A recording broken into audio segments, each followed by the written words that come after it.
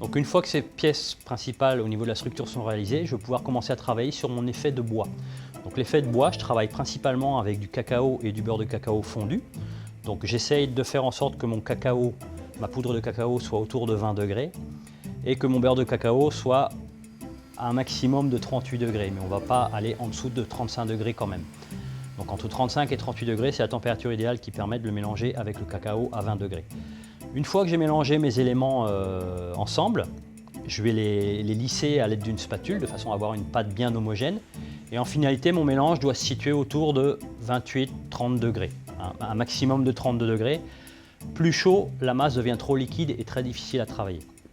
Donc une fois que j'ai réalisé cette masse, je vais pouvoir la dresser à l'aide d'une poche sur une structure que j'ai préparée à l'avance. Donc là, on voit que j'ai travaillé sur un cône en plastique PVC que j'ai formé en cône autour d'un cercle de façon à avoir une base qui soit suffisamment rigide.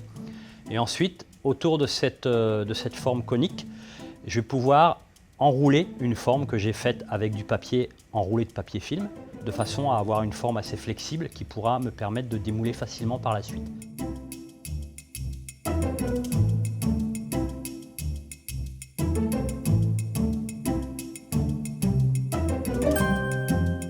Je peux commencer à dresser mon mélange cacao, beurre de cacao.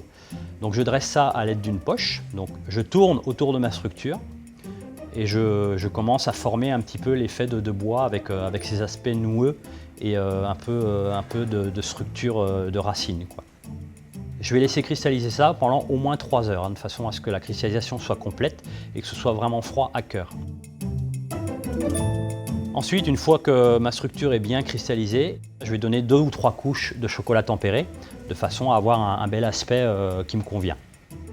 Ensuite, je laisse cristalliser encore 1 ou 2 heures avant de commencer à procéder au structurage du bois. C'est-à-dire que je vais avoir un aspect de bois brossé et pour ça, je vais utiliser une brosse métallique qui va me permettre de créer des nervures et de donner vie un petit peu à mon élément.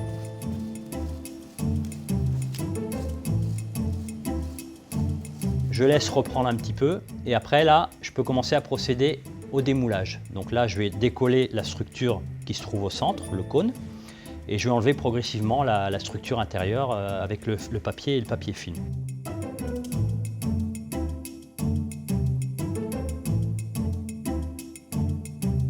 Il me reste le chocolat, bien sûr, avec cet effet de bois, que je vais commencer à colorer avec le beurre de cacao. Donc le beurre de cacao, je l'applique au départ au pinceau.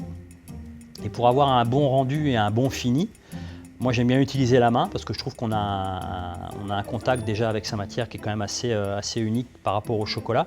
Pour moi, la main permet d'obtenir des choses qu'on aura du mal à obtenir avec un instrument de travail autre que ça. Donc c'est quand même important pour pouvoir donner un effet vraiment très réaliste.